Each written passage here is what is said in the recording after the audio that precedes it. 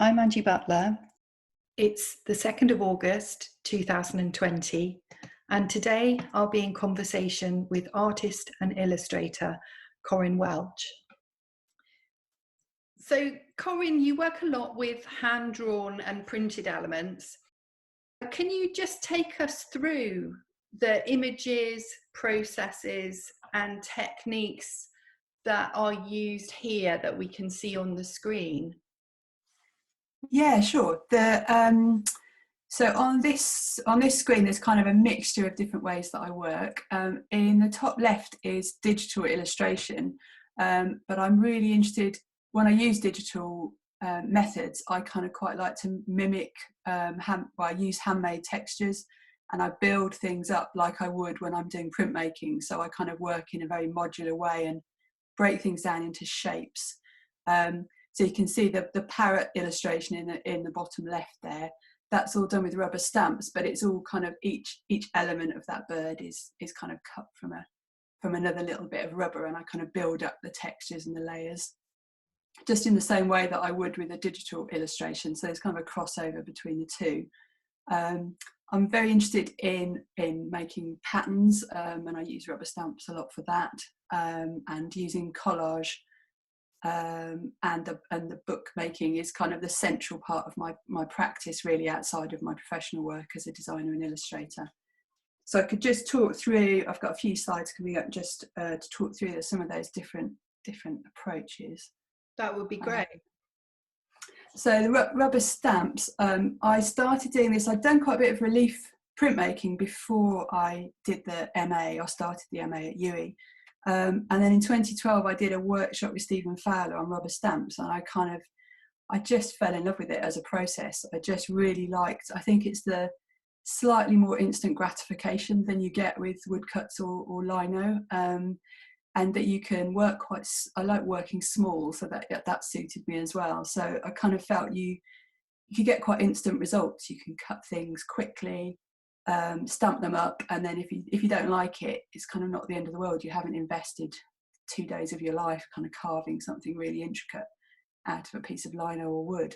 And I quite like the modular element of it, that you can kind of use, particularly with patterns, that I can, I've built up a library now. Well, I say a library, a large chocolate tin full of different patterned rubber stamps that I've carved, and then I can kind of mix and match and come back to things that maybe I haven't used for a couple of years, and then they might be used in combination with something new, and it works in a completely different way. So I quite like that element of chance that you get with rubber stamps, and it's why I've never got on with screen printing. It's kind of like everything is about that one print, and then you wash the screen away, and I quite like the sort of hoarding nature of rubber stamps, so I can build up a sort of different things to use.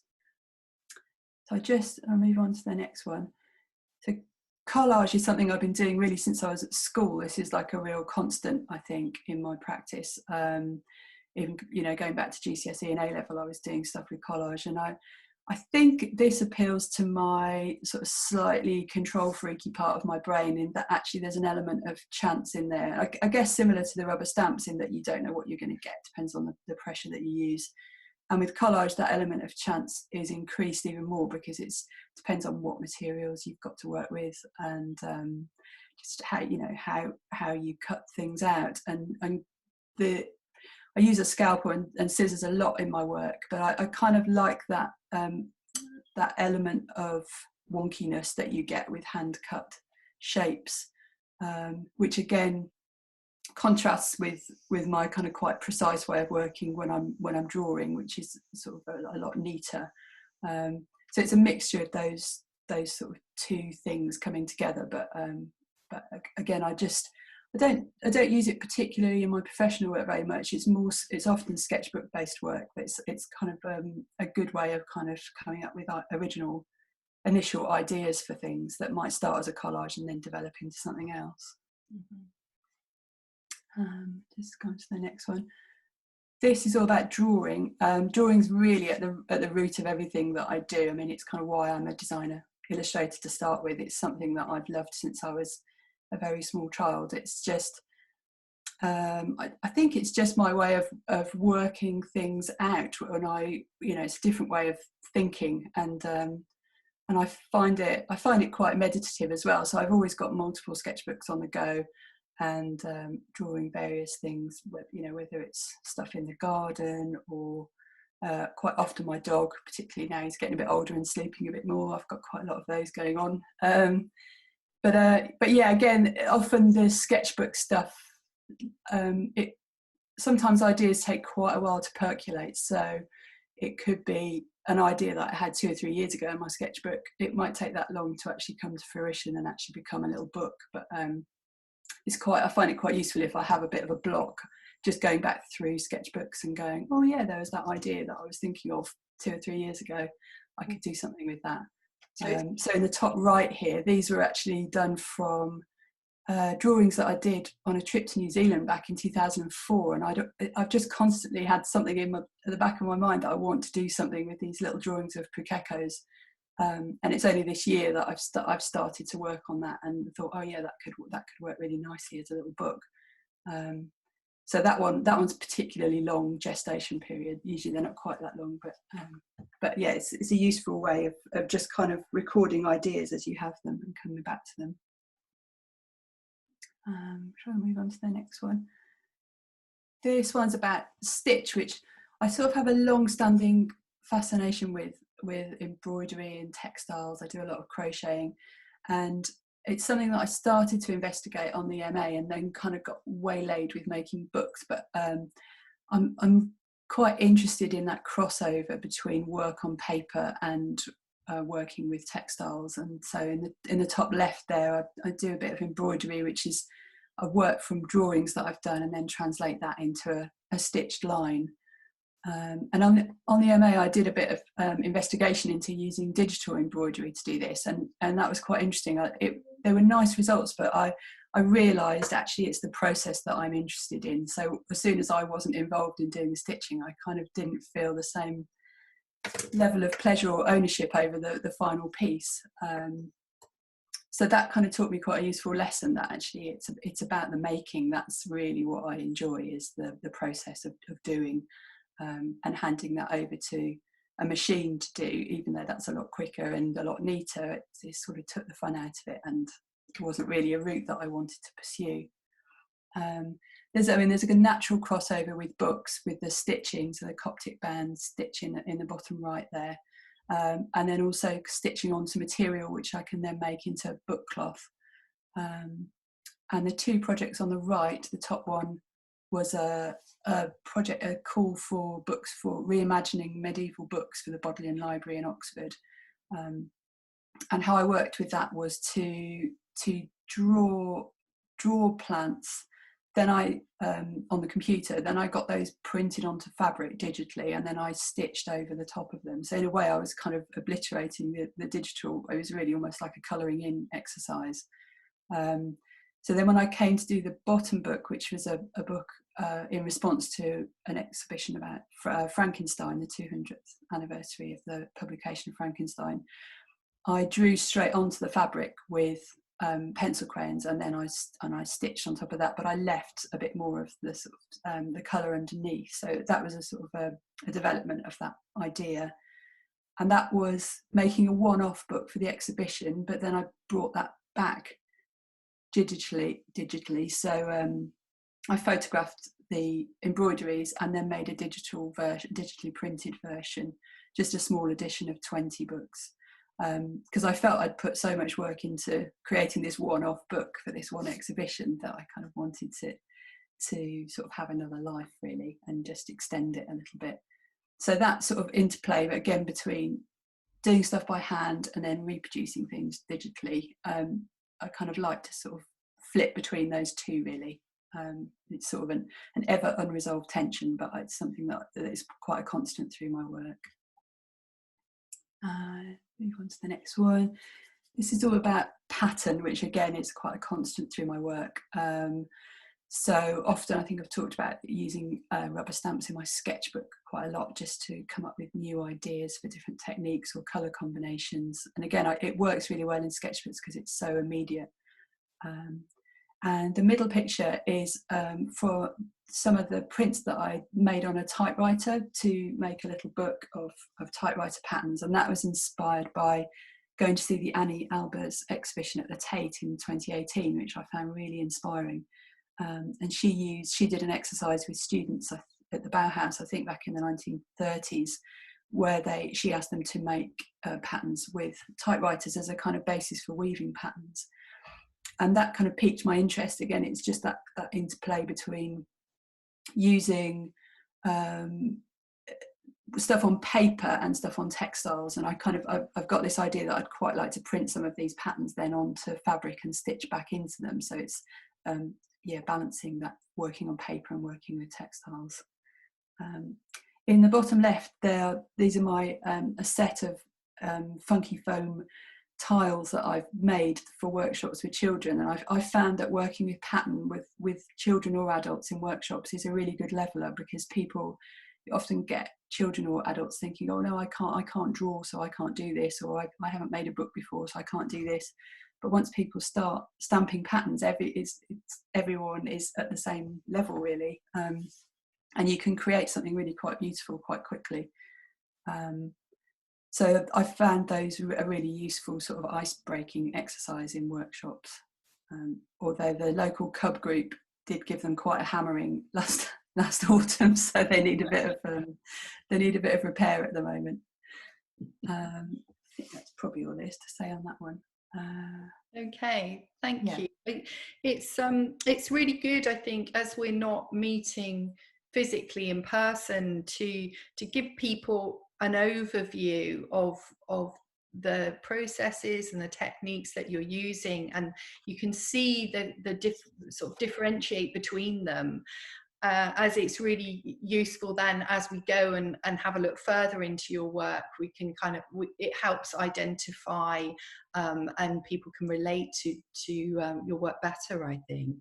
And you mentioned about kind of moving from print, sort of flat two-dimensional prints, to books, saying during the last year of your studies, the MA at UWE, you concentrated on making artist books. I'm wondering, can you say what prompted your interest in using the book form for your work, maybe to talk about the transition from prints to books? Yeah, it's a weird one really, because I started the MA in 2011, and I had no interest really in the front of my mind about making books at all. It was very much, I started it as to learn more about printmaking, and then I did an evening course with you in spring of 2012, and I just had a bit of a light bulb moment where I just thought, I think it was when we were making hardback covers but with book cloth but with embossed shapes on the front, and I just thought you can actually create an object. And suddenly I stopped seeing a book just as sort of a folded piece of printed material, and I just kind of saw a lot more potential of the idea that it could tell much more of a story than I felt that I could tell in just a flat piece of work. And this book here, which is my best-selling book, I'm still sort of printing and making these 7-8 years on, and it seems to be, no matter where I sell books, this is the constant one that always sells best, and it prompts a really positive reaction from people. And it started life as a risograph print it started life in my sketchbook of trees that I drew on a train, because I go over to Oxford for meetings, or I used to in the olden days, go over to Oxford for meetings on the train. And I often would be drawing in my sketchbook on the train, so I had lots of these little drawings of trees that I'd drawn from the train that I made into a print, which I kind of I was sort of okay with it, but there was something about it that I didn't quite feel. It kind of reflected the original work that I'd done. And then I think it might have been after doing your workshop, and we'd done something on Concertina Books, I chopped this print up, because a lot of my printed work was in either grid structures or kind of collections of things, and so it kind of lent itself quite naturally to this sort of concertina format. So I chopped this print up, really very roughly cut it together, and suddenly I thought that's more interesting. And actually, when I'd drawn the trees, it had been on a journey, a train journey. And so suddenly that this narrative structure came in behind, instead of it just being a collection of trees. I thought, well, I can just call the book what it is. It's 20 trees as seen from a train. And then the end papers have the place and the time of where I started the journey and ended the journey. So Bristol Parkway at 9:31 and then Didcot Parkway at 10:16. And it's a simple idea, but it's really interesting to see people react to it. People have, if people have done that journey themselves, they react to it in quite a personal way and think, oh yeah, I do that journey a lot. That's really nice. I can, they can react to it in that way. Or people might be more interested in trees, or people might be more interested in the risograph process and they're buying it because they like it as an example of that. But it just seems to chime with people. Yeah, it's really nice the way that the prints become really active through the book structure, and also for the way that you've handled the drawn element of them. They also seem quite playful as well. There's a sense of humour there, I think, you get coming through, because they're so characterful too. Yeah, I think the risograph process really helps that. And I think, again, that comes back to that element of chance thing, that there's a slight misregistration that you often get with risograph. And so instead of it being very neat, as I might do it on the computer, it gives it a bit more energy as things dance around a little bit, because there's a slight mismatch between that teal colour and the black. And also the black not being a completely solid, flat black, I think that really helps as well, just to give it a bit more texture. Yeah, they really come to life, it gives them that sort of almost kinetic feel to them.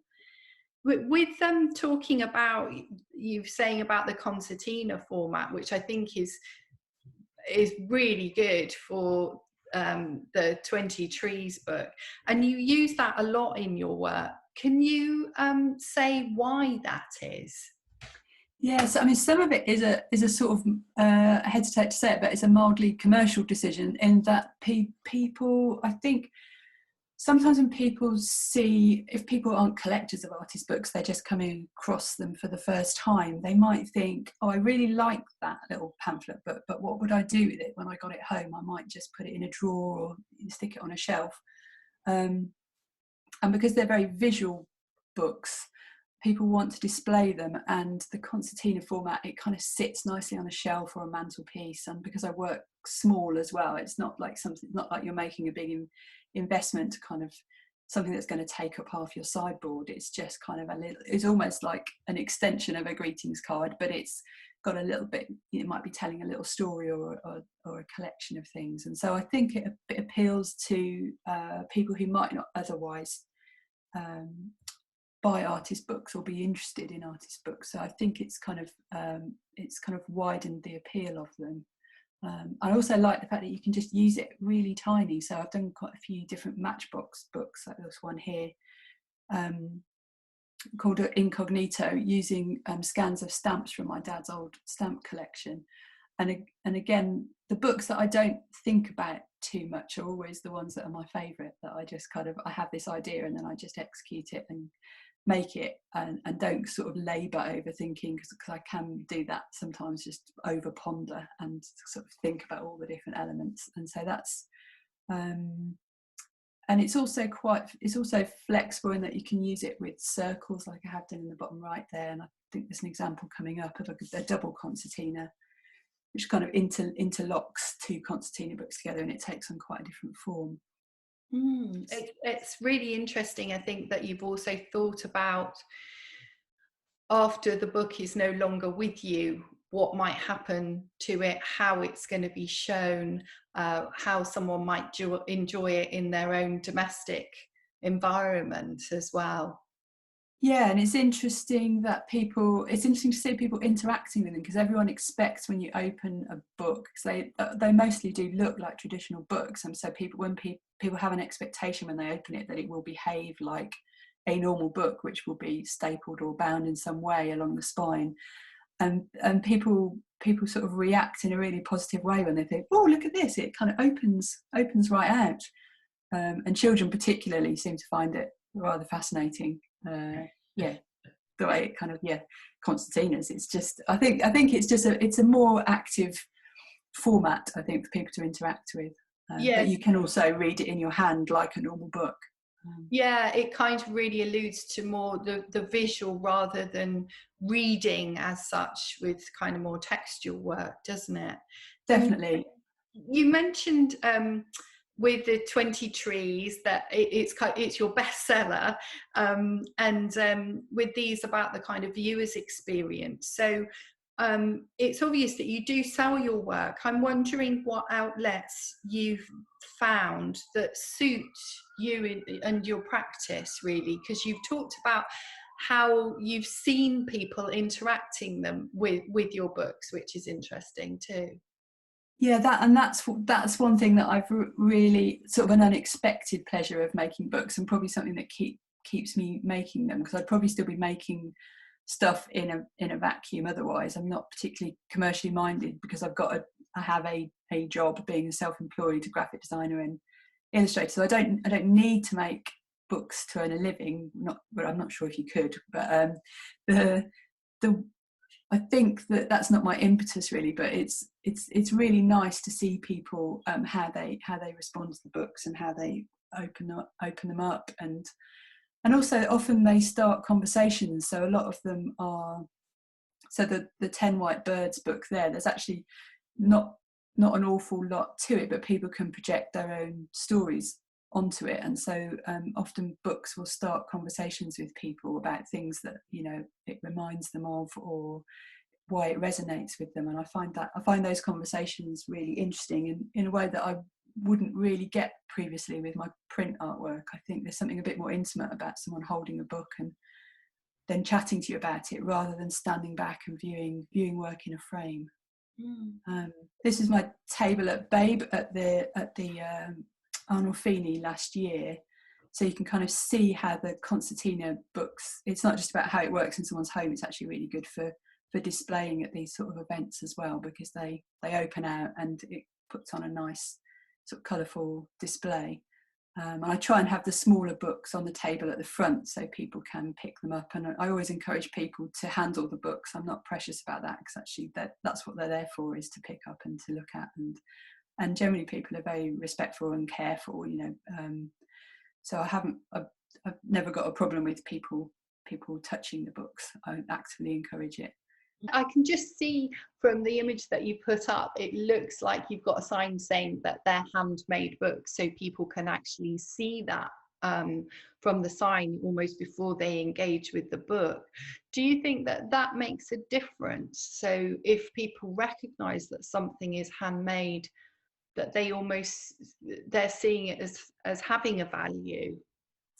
Yes, I think so. I had an interesting conversation at a local art trail that I did, and that's sort of interesting, because that's not an artist book fair where people are coming just to see artist books. There's, you know, it's paintings, it's drawings, it's pottery, it's all sorts of things. And so there was a guy that was chatting to me, and he said I really like your work, but I do think it's a little bit expensive. And I was a bit surprised, because I generally try and keep my prices quite low, because my ethos is that I like the work to be accessible to people. And so I talked to him about the process of making the book that he was looking at, and he was really shocked, and he kind of came round full circle and ended up by saying, you're not charging enough for this. Because he just thought I'd maybe just sent them off to a factory in China or something, and then they just came back to me and I was selling them. So he was sort of looking at them almost like something that he would buy commercially in a shop. And it not occurred to him really as the level of work that would be involved to sort of create something like that. So he's under the impression that they're mass produced. Yeah, which I guess I should take as a compliment really. He couldn't see that it was all bodged together with bits of PVA and grey board, but I thought it was an interesting conversation that made me think it's actually important to kind of chat to people about the process. But when people realise what's involved, I think they do value the products more because of the work that's gone into them. And I think some people can't actually believe that I could be bothered to make these things in small editions. But I sell my work through my online shop and also at Makers Gallery, sort of down in Colston Row in Bristol. And so I've just started selling with them last year, and that they seem to be selling really well there. And so that just seems a really nice fit for my work, because they have lots of different artists work in that gallery's shop. And so hopefully they're going to ride out this current storm, and that can continue. Great. I kind of want to, where you've sort of started to talk about making and the thinking behind and explaining the process to someone, there is a sense of reducing the subjects of your images to what appears to be their most simple form, but without losing the integrity of what they are. And I imagine this to be quite a complex and challenging process, to reduce something, to simplify it, for want of a better word, but to actually keep the treeness of a tree, or the essence of a person, etc. And I wondered whether you could talk us through some examples and the sort of the developments that you've made with this way of working.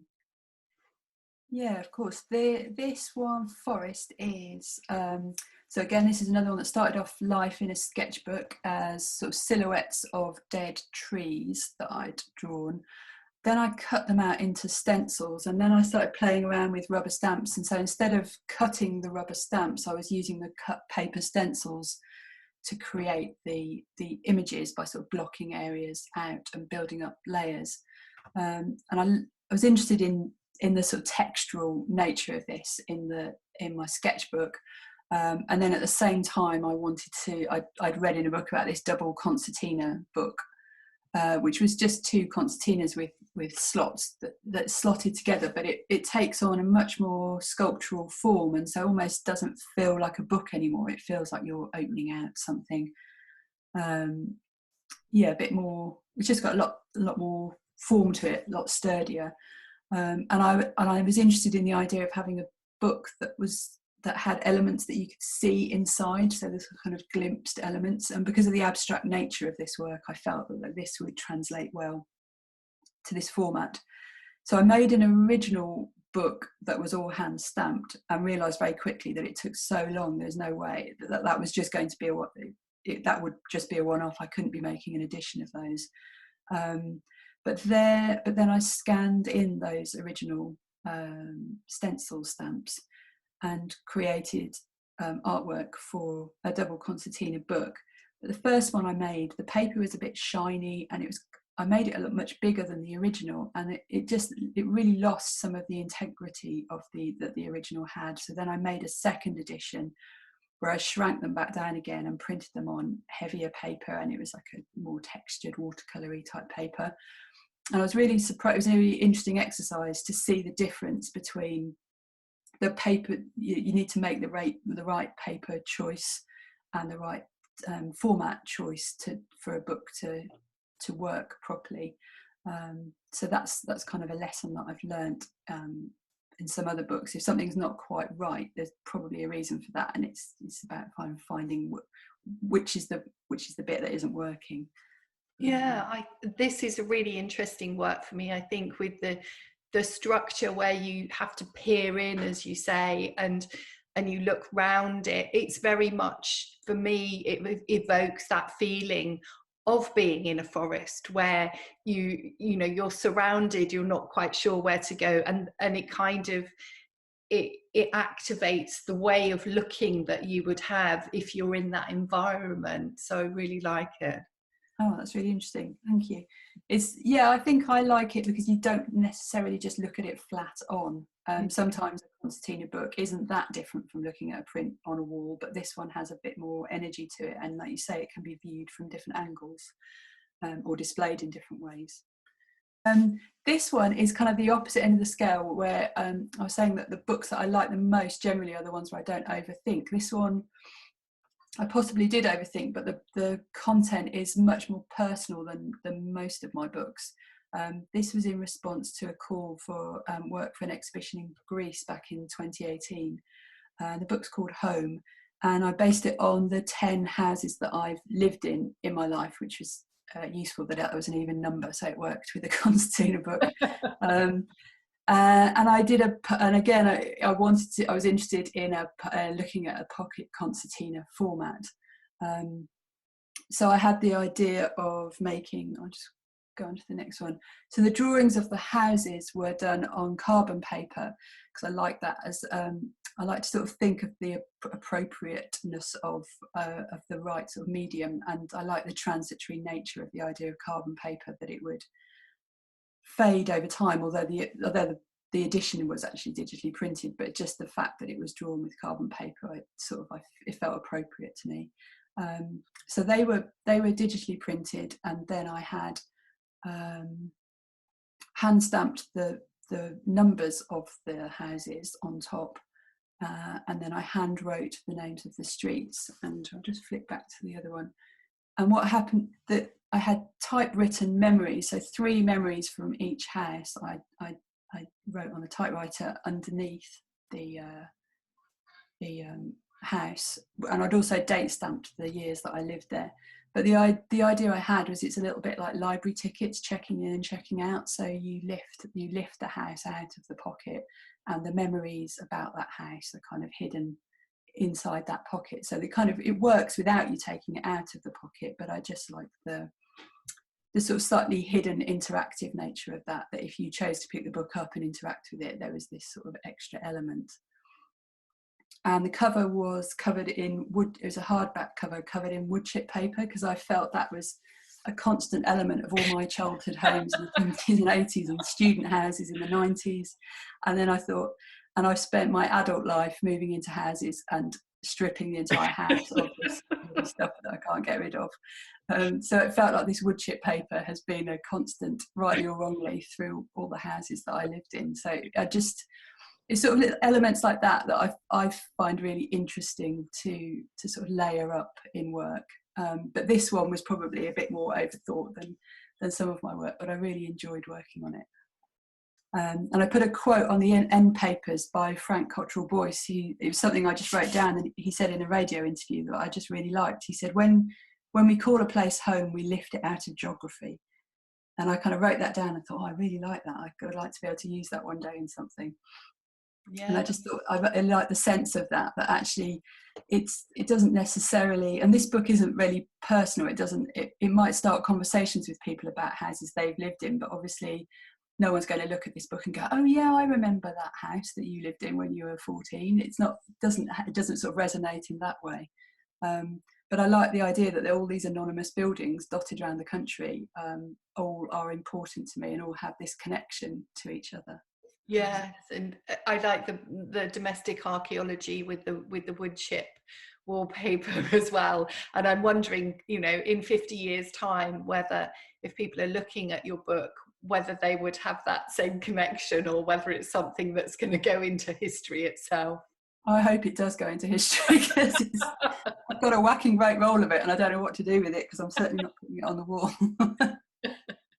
Okay. Do you have? Sorry, go on. I was just going to say one more thing just to say about this, is that this book actually started a couple of workshops that I did at primary schools, which were really fun, because the book did start conversations with children about places that they'd lived and places that were important to them. So I ran a couple of workshops where we made giant concertina books, where we did polyprints. All the children did polyprints of their homes or where they'd like to live. But I made the mistake of asking a question at the start of the workshop as to how many houses everybody had lived in, and we kind of counted up, and kids kept their hands up for how many houses they lived in. And there was one lad I think he was 9 years old, and he'd lived in 12 houses already. Wow. Just amazing. But yeah, I just kind of like the idea of books as a starting point, either for conversations or workshops, or so they're not just a piece of work in isolation. They sort of they have a bit more life to them. This was set as a challenge. My friend Eva in Sweden sent me some letter set. It's called Letter Film, so it's made by Pantone. Back in the 70s and 80s, she had a stash of it, so she sent some to me and said, I'm sure you can do something with this. So I set myself a challenge. So I spent an hour after work each day for 10 days, and each day I made a tiny collage from this lecture film. And they all ended up having little white houses in them. That was what linked them.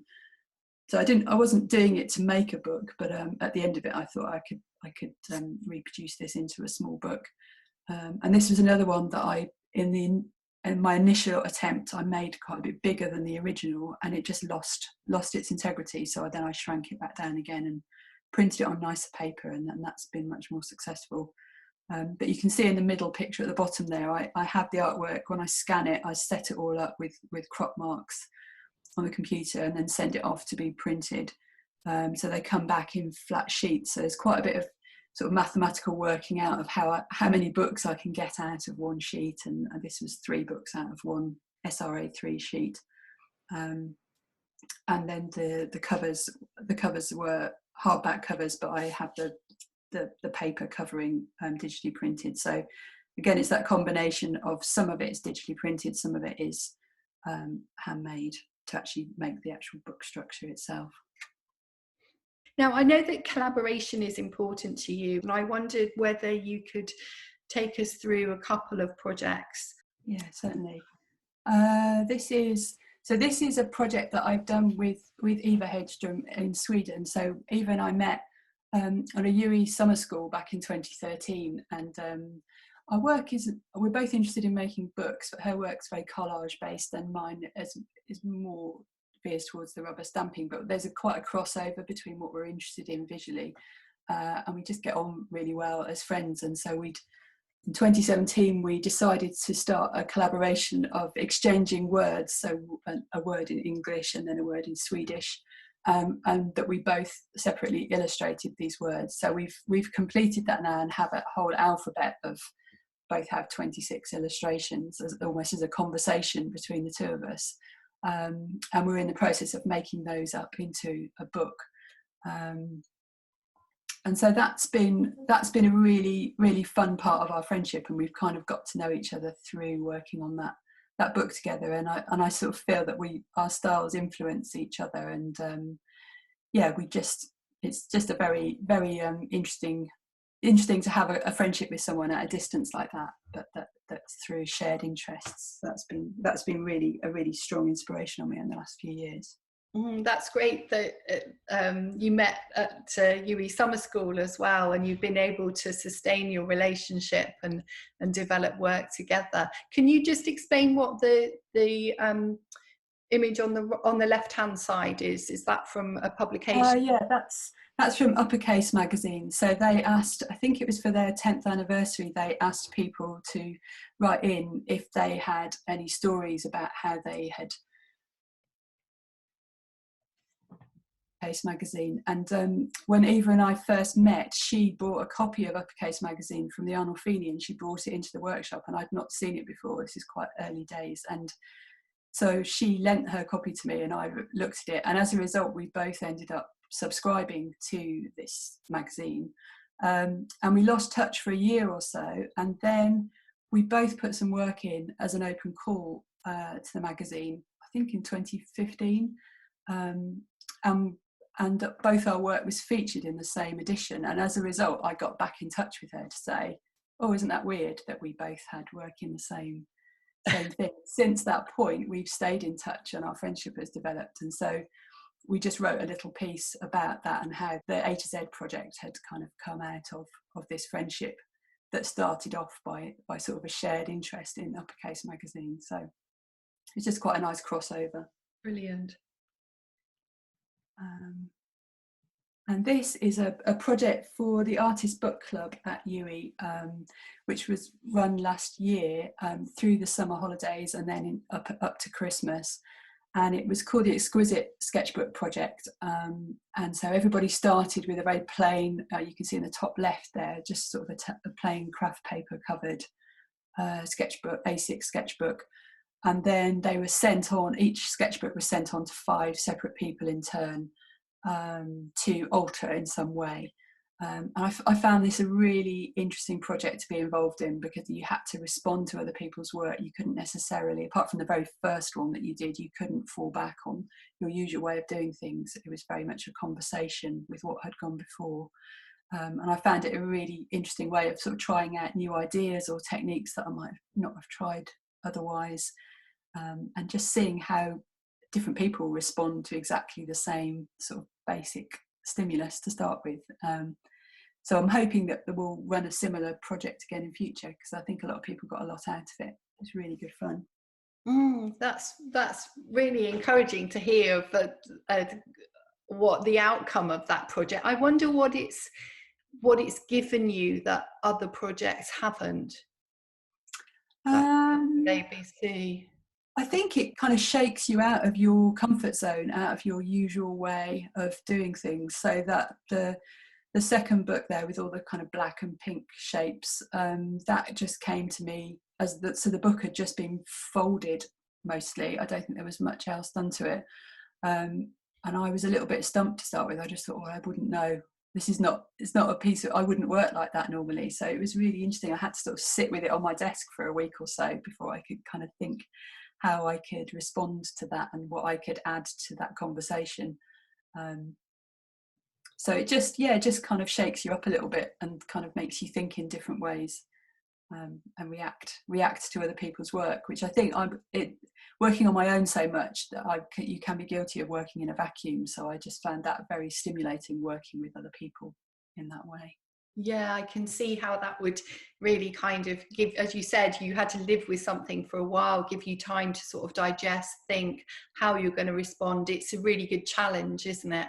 Yeah, it is, definitely. Yeah. So staying creative and active during this period, I think, has been challenging for lots of people. I wondered what's inspired you to keep on creating? It's definitely kind of responding to briefs that other people have put out, or calls.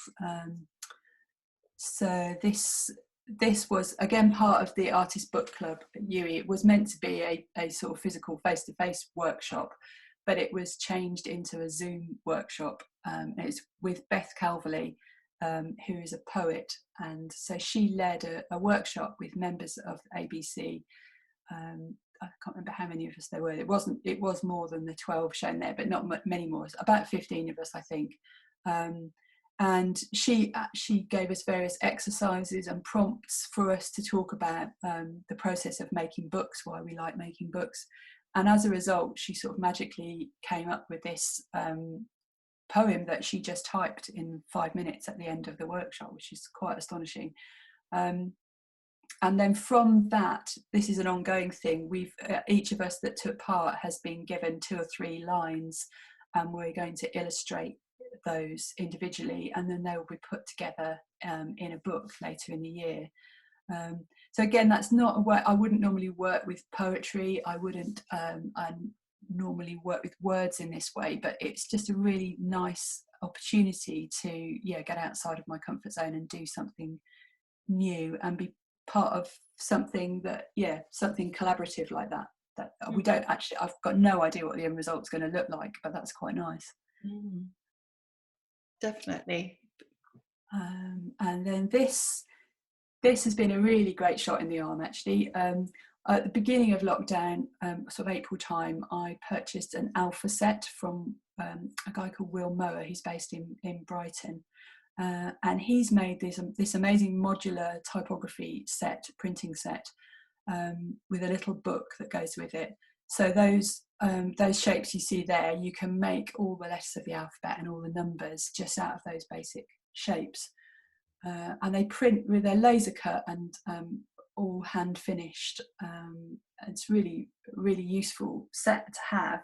And he set a number of briefs for people that had bought the set, as almost as a prompt to try and get people to engage with it, and that's been really great because people have been posting that on Instagram, so you can see what other people who bought the set have done.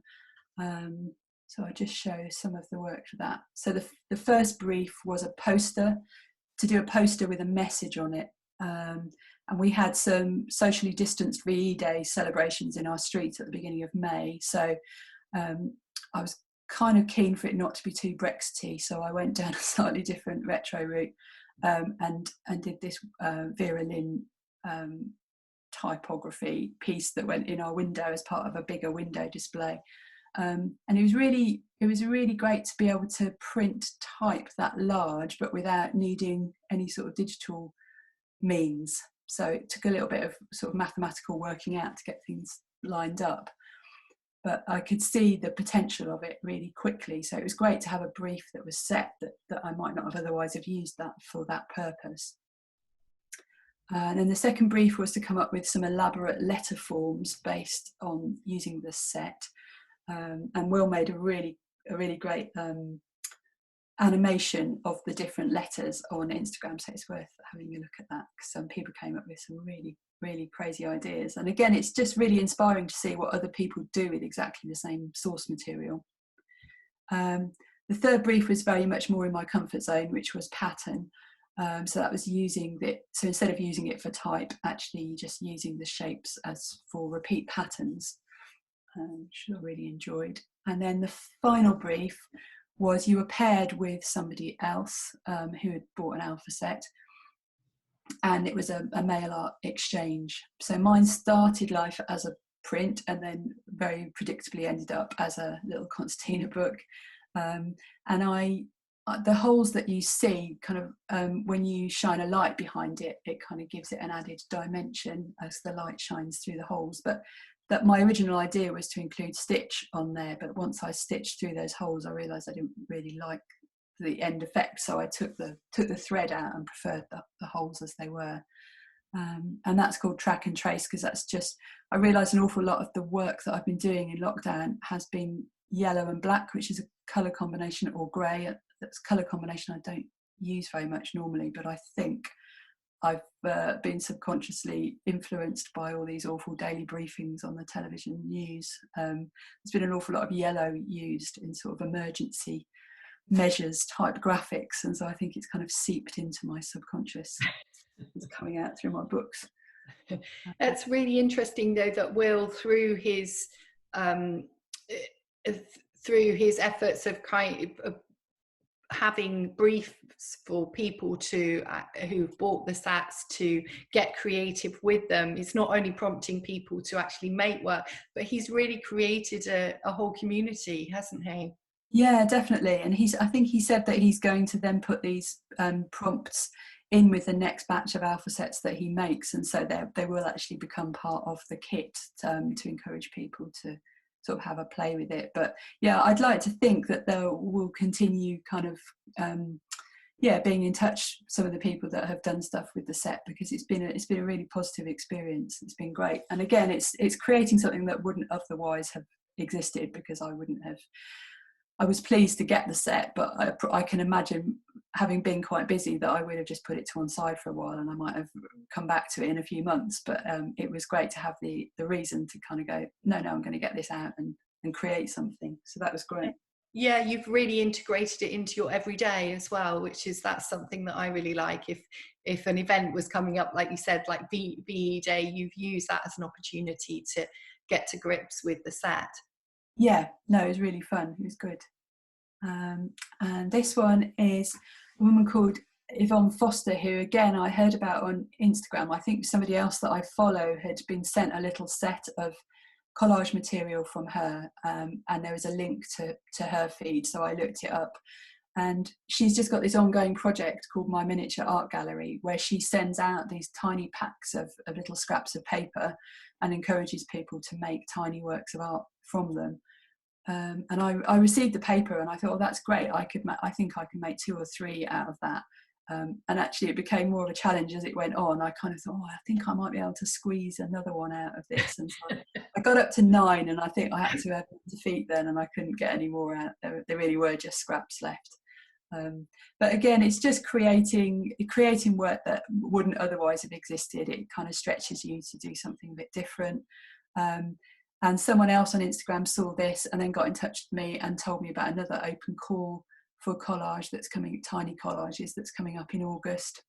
Well, So again, it just sort of some of these things can snowball. It just makes connections that weren't there before. Yeah, and I think the original impetus behind Yvonne's project, like you were saying, a lot of things that you've done over the period of lockdown, you know, have really helped your well-being through creating.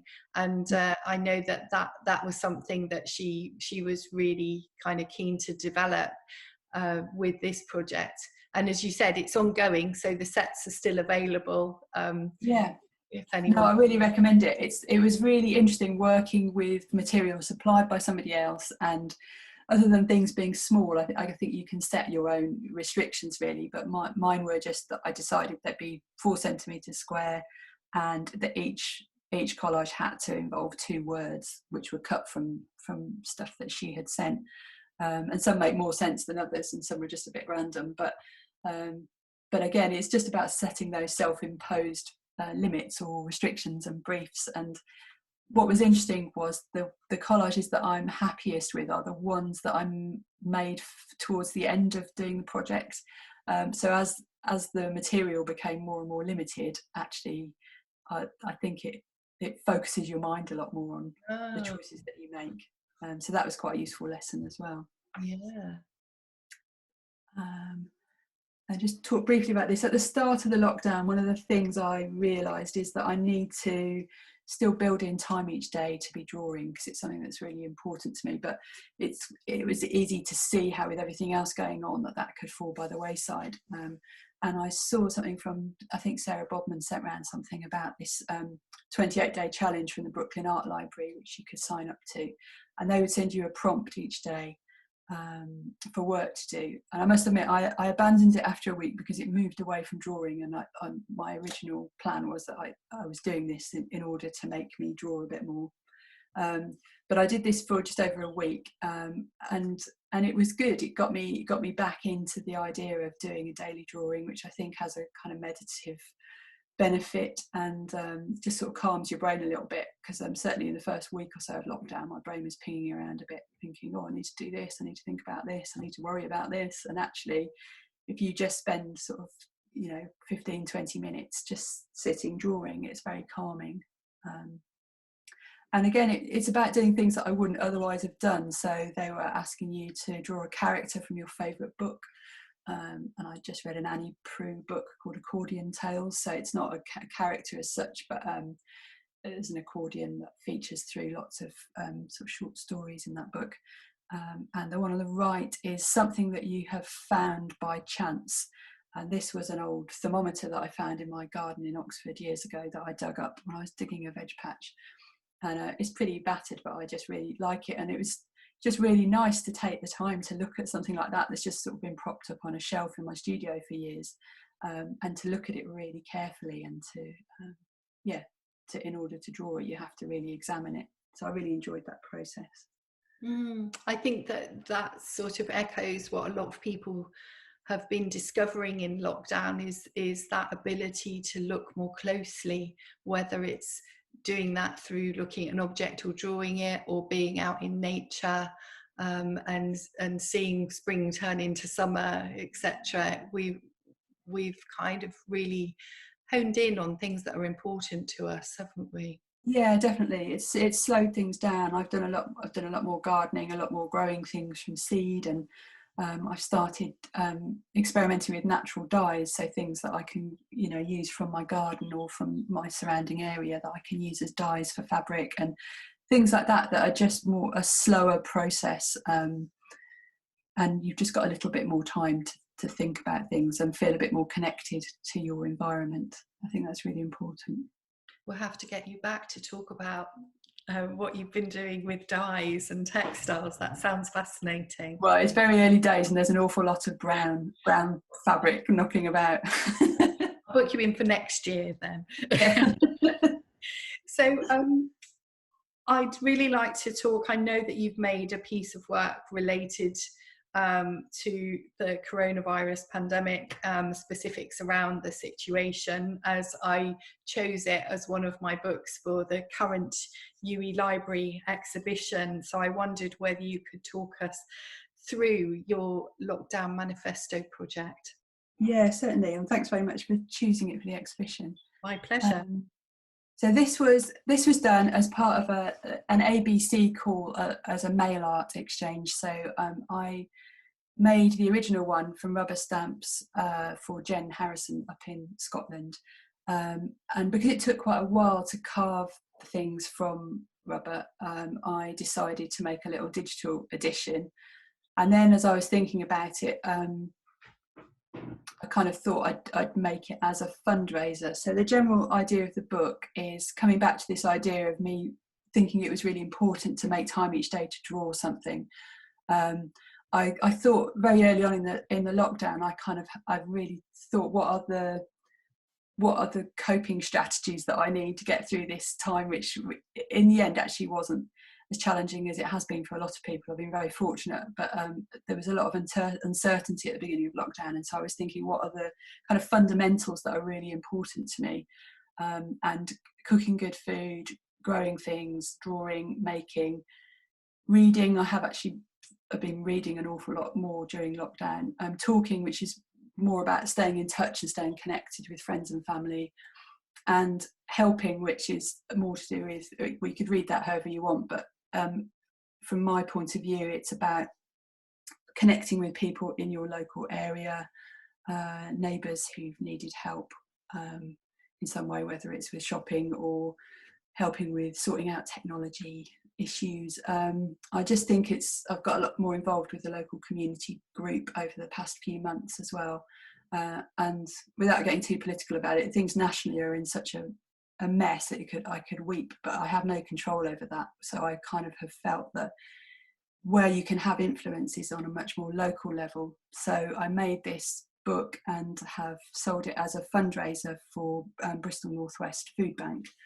I've raised almost £150 so far, which is brilliant, and I'm just really grateful to everyone that's bought a copy. And it's just been nice to give an idea that was conceived for one project, but then to give it a kind of an extra lease of life, really. So it's been really good to kind of be able to raise some money through this. And so yeah, it's still available if anybody would like to buy one from my online shop. So there we go. Well, that leads me into my last question, which a good segue. Just thinking about social media and dissemination platforms, thinking about which ones you use the most and which ones are beneficial to you, especially kind of over this period of time. Yeah, I'm quite selective in my use of social media. I have a website for my graphic design and illustration work, which is under the hat of Good Thinking. But then I have a website for my illustration work, and it's more really my book work that I do. So it's sort of extracurricular stuff. So that's where I have a blog and an online shop, which is CorinneWelch.co.uk. And then my Instagram feed is where I just post up a lot of work in progress. So often that does feed into the blog. So Instagram's kind of a bit more immediate. And I know not everyone has positive experiences of Instagram, but I've found by using it in a limited way, just posting up work in progress and ideas, I've found it a really supportive community of people. And I've kind of met new people that I wouldn't have otherwise come into contact with. I find it really inspiring to see what other people are up to. And I don't find it, I don't find it, I think it's a positive thing to use. I guess different people have different experiences with it, but for me, Instagram is, I can't get on with Facebook, and I don't really do Twitter, but Instagram is definitely something that I get a lot out of using, so that's good. I think also the projects that you've engaged with have come from a platform of sharing and building a community anyway, and also kind of a positivity about comparison, etc. Yeah, definitely. Yeah, no, it doesn't always need to be about feeling jealous about what someone's doing. I think it can be. It's about taking inspiration from what other people are doing, which I think is possible with Instagram, definitely.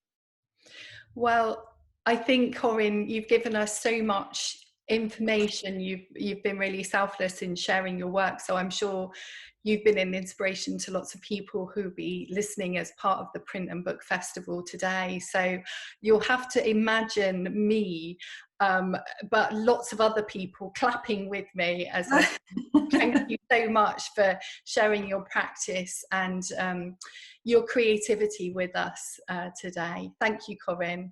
Thanks very much, Angie, for inviting me. It's been really great talking to you. My pleasure.